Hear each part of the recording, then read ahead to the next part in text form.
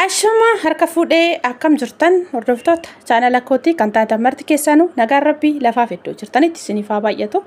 Akkam turtan akkabsaa kana geessan ana obboleettiin keessan nagaa guutuurraa faa qaba nageenya na bukkee ture isin birallee haa jiraatu isiniin jecha namoonni chaanala kanaaf faaraa taatan subscribe like gochuudhaan maatii kootti dabalamaa kan maatii koo turtan immoo hanga yoonaa yaadawwan garaagaraatiin na deeggaraa turtan galatoomaa galata guddaa na biraa qabdan isiniin jechuu jaaladha. Deebi'ee dhufee jira viidiyoo darbiratti akkuma hojjedhetti jechuudha. Yaada keessan naaf qoodanii jirtanii galatooma isinin jechuu barbaada jechuudha. Egaa obboleewwan kiyyaa sanumarrattis immootu yaada babal'aa kan naa kaasanii jirtanii maaliif jennaanii jecha namaatirraa osoo hin taane akka sammuun keessi ajajetti yookaas immootu ilaalcha keetiin waan barbaaddee deemus ta'ee hafuu murteessuu dandeessaa warri naan jettan baay'een keessan hin jirtanii sirriidha. Maaliif jennaan murteessuu wallaaleetii miti gisee tokko jechuudha. Ilaalchi kun ana bira moo namoota biraallee namni akka koo kanattis immoo yeroo baay'ee itti yaadee yookaas immootu deddeebisee immoo gaabbuu jira waan jedhu isinirraallee barumsa akkasumas immoo yaada addaa fudhachuu waan barbaadeef irraa dubbadhe. Egaa walumaa galatti jechuudha. Maaliif jennaanii viidiyoon dubbadhe irratti yeroo baay'ee jechuudha. Amma namoonni tokko amma kaayyoo kee galmaan gaatutti amma waa yaadde xumuratutti kan jettan illee hin jirtan jechuudha. Maaliif jennaan hamma waa yaadne yookaas immoo waan yaadnu yookaas immoo hawwiin keenya hamma galmaan geenyutti teenya yoo ta'e hawwiin keenya dheeraadha. Garuu galma ga'amuu hin danda'amu al tokkotti wanti kamiyyuu jechuudha.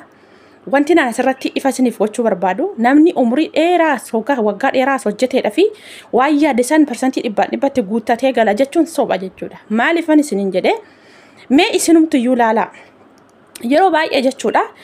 Xumurree jirra waan kana asiin ulaa kana cufneerra kana booda bakka nu ga'a hin galla jireenya keenya jiraanna gaafa jettanii kan biraa duuchitanii sana duuchitanii gaafa xumurreettanii karaa biraa karaan uratu nagartanii karaa biraa uraa godhatee agartu yookaas immootu karaa biraa immoo yaada hambiraatu isinitti dhufa osoo isin hin yaadin jechuudha.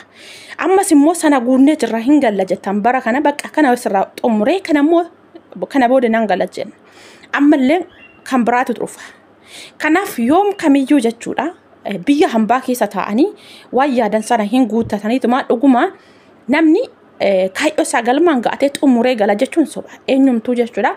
Osuma guuttamuu baatu dhiiseetuma osuma beeku akka nama hin beeknetti osuma dhaga'u akka nama hin dhageenyetti waan tokko irra darbeetuma galee jiraachuuf yoo yaale malee kanuma keessa sana lakkoofnaa san galmaan geenya yoo jenne umuriin keenyas deemaa jira. Keessattuu ijoollee shamaraa umuriin nama daangaa qaba. Maaliif jennaanii waa barbaadan sa'aatii barbaadanitti akkuma feetanitti kan isiniif ta'u miti jechuudha.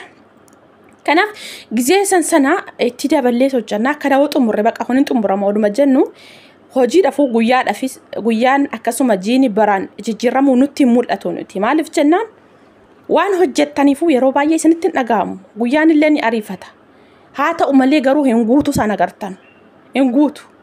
Jireenyi waa barbaadan osoo gootaniyyuu hin guutu. Ani ilmuma namaa hojjeteetuma baqa naga'ee jira kana booda guuttadhee jira. Nagaa jedhee hin agarreen dachee kanarratti jechuudha. Kanaaf jireenya hin guutu. Kana asirratti kanan irraa isiniif deebisee warroota waan yaadde amma galmaan geechuutti hin galinii warra jettan sana mee isinumti ofuma keessan irraa anaan osoo hin taane tilmaama laalame waan yaaddanii hunduma isaayyuu fakkeenyaaf gaafa biyyaa baanu waggaa 2 jennee baana. Waggaan 2 sun dhumaa 4 arfan sunis dhumaa bakka 6 2 dabalamas kontiraata waggaa 2 sanuma innillee isuma immoo xumurree waggaa 6 sanas xumurree kanas deemine baay'ee jira. Kanaaf yoo kamiyyuu jechuudha nuti tokkoffaa amma warri biyya keessa jira sun already waa tokkoyyuu isaanitti fakkaatu maaliif isaanii duruma keessa turan waan ta'eef dhabuuttis argachuuttis dhimma ittiin qaban. Nuti hamma kan nuti callamaa ta'ee yeroo baay'ee nutti dukkunaa'u maalidha inni beektu birrii asitti hamma fe'es ta'u yeroodha yerootti birrii of harkaa dhabnee hin beennu ji'aan teenya birrii keenya ni arganna. Itoophiyaatti gallee birrii sana of harkaa dhabnee namni cinqata kan itti ta'u sana. Lammata mootu silkii yookaan miidiyaa akka barbaadanitti fayyadamu biyyatti hoo galtan jechuudha. Magaalaadhuma jiraadha. Baadiyyaa osoo gaxariin taane magaalaadhuma yoo jiraattan ibsaan torban tokko torbee 2 ji'allee gizeen inni itti citee taa'u jira maabiraatiin jechuudha.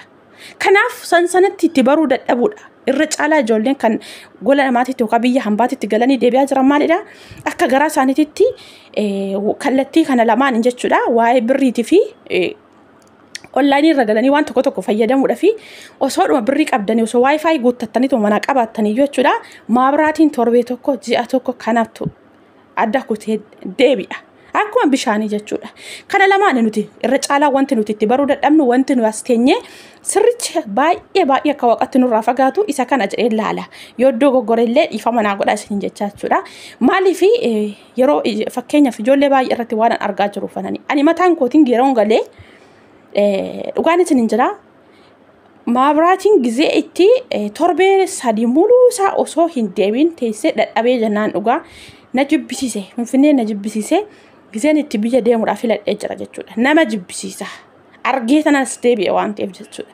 kanaaf as teenyee sana waan sodaannuufu dhugumatti ani galleetuma ani beeku ijoollee baay'ee argaallee jira ijoolleen xiqqoo hamma ta'e tokko turan jedhu isaan iyyuu kan gariin garaatti baatanii daa'ima godhatan jechuudha amma ijoolleen baay'een ka daa'ima jalqaba wajjin gallee nama kontraata sana erga si xumuraa jira isaan dahanii ijoollee guddisanii amma ijoolleen waggaa tokkoof kajja Afrikaa ji'a gannee as deebi'aa jirra jechaa jiru baay'ee tokko na ajaa'ibe ijoollee baay'een ijoollumti ijaa wal beeknu sirriitti walitti dhufnu har'a ijoollee daa'ima sana gatanii as deebi'uuf jiru laalaka maaliif jennaan dhaxxanii jireenya gaa'ilas dhaabdanii yoo kamiyyuu jechuudha birriin harka keessan irraa dhaabamuu sana waan hin jaalanneef deebiin ammaraa ceen maaliif bakka qaxxaamurri nu filannu isuma asii kanaa jechuudha maaliif Itoophiyaa keessatti hojiin hamma barbaadan isin hojjetan garuu akka hojjetanitti akka asii kanatti isiniif hin jiru birriin kamiyyuu namni kamiyyuu akka asitti hojjetanii argatanitti argatan Itoophiyaa keessatti hojiin dhabamee miti garuu maallaqa akkasitti argatan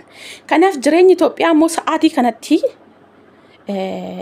ani hin beeku maal jedhee isiniif akka ibsu hin beeku maaliif nani wanti gaafinati ta'eyyuu viidiyoo kanarratti yookaan viidiyoo darbeerratti akka dubbadhu na taasise dhugaan isin jira bakka waan kana xumureera bira ga'e bakka amma kana booda waan kana gaafana jedhu jireenyi overii dabalaa deema wanti isin bituudhaaf wanti isin manas ta'e waan hunda sirreessuu deemtan suni kan dabalaa deemu malee kan ji'a har'aa bittan deebitanii bakka sanatti waagaa yookaan immoo gatii sanaan kan argattan hin jiru kan waggaa dhiisaa ji'aatti torbeetti jechuudha guyyaatti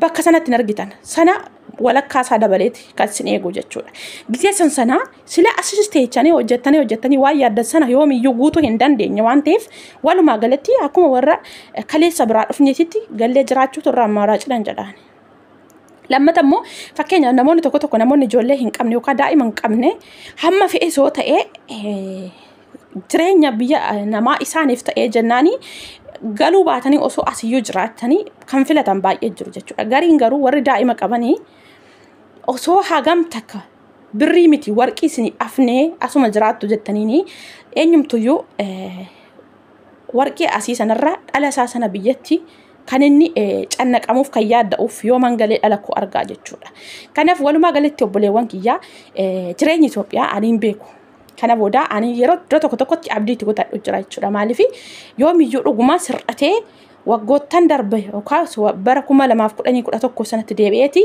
jireenya nagaa akkasumas tasgabbaa akkasii argina jettanii tasumayyuu yaadinaadha ani yaadu garuu akka kootti jechuudha kanaaf wanti abdii nama kutachiisu yeroo baay'ee kan deebisee tooni akka nama maraatee jechuudha sammuu keessa of wajjin isinaas ofsiisu isa kana jechuudha kanaaf namoonni baay'een immoo murteessaa sammuu keetii akka sammuu kee murteessetti hojjechuus dabaluu ni dandeessa warri jettan sirriidha murteessuu wallaalee miti ani gaafii waan natti ta'e fanani anuma bichaatu hojjetee tooni waan yaade sana guutuu dadhabe immoo namoonni biraas akka koo kana kan osuma hojjetanuu osumatti yaadanu bakka sana yookaan galma sana bira ga'uu dadhabani jiru waan jedhu hubachuuf yookaas immoo yaada fudhachuudhaaf isinirraa jechuudha akkuma nama yaada keessanirraa ka'ee isiniif dubbadhe kana yaadawwan akkasii isinirraa qooddachuu waan barbaadeef malee murteessuu wallaalee miti eenyumtuyyuu jireenya isaatiitti kan namni jedheen osoo hin taane kan ofii isaati yaadde ilaalcha isaatiin murteessaa waan ta'eef jechuudha kanaaf obboleewwan kiyyaa walumaa galatti jireenyi tasumayyee hin guutu namni ani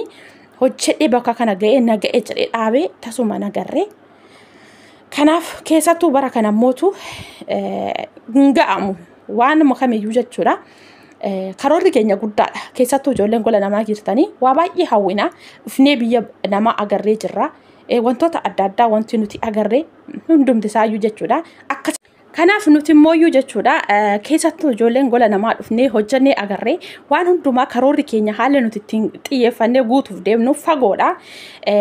Maaliif jennaani namni kamiyyuu jechuudha kan sanarra caalu kan jireenya eenyuma olitti gaarii ta'e jiraachuu namni jibbuu hin jiru. Sana galmaa hungaa'uudhaaf garuu jireenyi biyya keenyaa yookaan haalli biyya keenyatti jirtu yoomiyyuu kan nu dhaqqabsiisullee miti dhaqqabachuullee kan hin danda'amnedha jechuudha. Maaliif waan kamiyyuu hojjettanii xumuruudhaaf baay'ee tokkotti sirriitti yeroo kaati mootu waggaa dheeraa nama gaafata hin ga'amu. Kanaaf walumaa galatti kanuma keessa mootu jechuudha. Osoo teenyee kana guunna sana guunna jennu kan dhabnu mootu caala. Baay'een isaanii wanta ta'anii nu eegne wanti nuti dhabnu baay'ee caala. Guyyaa tokko keessa guyyaa tokko maatii keessa wajjin kofaltanii taphattanii aara galfii argattanii sana osoo argin mootu wantoonni tokko gaafa isin mudatanii gaabbii deebitanii yoo nagarde yookaas immoo gaabbii yeroo baay'ee keessanitti deddeebi'u. Kan yeroo kamiyyuu isin keessa baduu hin dandeenye wantoota akkasiitu isin mudata. Kanaaf namoota baay'ee ijoollee baay'ee waan argaa jiru jechuudha. Sanarraa wanti hundumtu guyyaa rabbiin jedhe guuta. Wanti hundumtu namni hiyyaadha kan itti guutu rabbiidha. Isinumayyuu jireenya darabaa sababa taateef guutamtees guutamuu baattee tuni kan isanii biraa sokkani malee eenyumtu jireenya galgalaa yookaan mana keenya galgalaati miti. Kanaaf jennee immoo sammuu keenya dhiphisuunis nurraan eegamu. Anumaa wal qabatee namoonni akka kanatti yeroo baay'ee itti yaaddanii tooni deebisee gaafii isinitti ta'ee tooni yaadni keessan faallaa isinitti dhufu maaliif jennaan waan hunduma isaa isa dachee irraa dagatanii isa boruu yaadachuun kan dagatanii bira darbuun hin danda'ama jechuudha. Kanaaf walumaa galatti waaqayyoon hunda keenyayyuu gola namaa keessa baasee aara galfii nama argatu nama nagaan biyya keenyatti galeetoo guyyaa tokko boqonnaa argatee jireenya qabbanaa tokko jiraatee darbu rabbi nu haa taasisu hunda keessaniyyuu jechuudha. Kanaaf yaadni keessan akkas ture anis immoo isinirraa yaada qoddachuu barbaade malee murteessuu barbaade wallaaleetii miti isiniin jechuu barbaada obboleewwan kiyya. Waan yaada keessan naa qoddaniifis galatuma. Kanaaf yoo kamiyyuu jechuudha ammam hojjettaniifis hojjechuu baattanii jireenya akka hin guunne kana laala beekuun kana sirriitti irra caala kana beekuu qabdu. Maaliif jennaani inni gaafa asiin tokko cuftan tokkotu karaa banaa gaafa asiin tokko immoo cufnee irrattan kan biraatu karaa banaa. Sanuma osoo jettan umuriin keessanis wantoota hedduu dhabdanii bifa keessanillee dhabdanii gaafa biyyatti galtan wanti hundumtuu faallaa isinitti garagara jechuudha. Kanaaf kun yaada kooti yoo dogoggore dhiifaman isiniin jedha. Namoonni immoo yaada kanaan adda qabdan ammallee yaada keessan naa qooduu hin dandeechanii hanga viidiyoo biraa walitti deebinutti turtii gaariin isiniin jedha. Hunduma keenyayyuu lafa jirrutti waaqayyo tiksee nu haa galchu. Fayyaa nu haa kennuun isiniin jedha. Nagaan naaf turaadha. Baay'een isin jaaladha. Baay'een isin kabaja. Turtii gaariin isiniin jedha.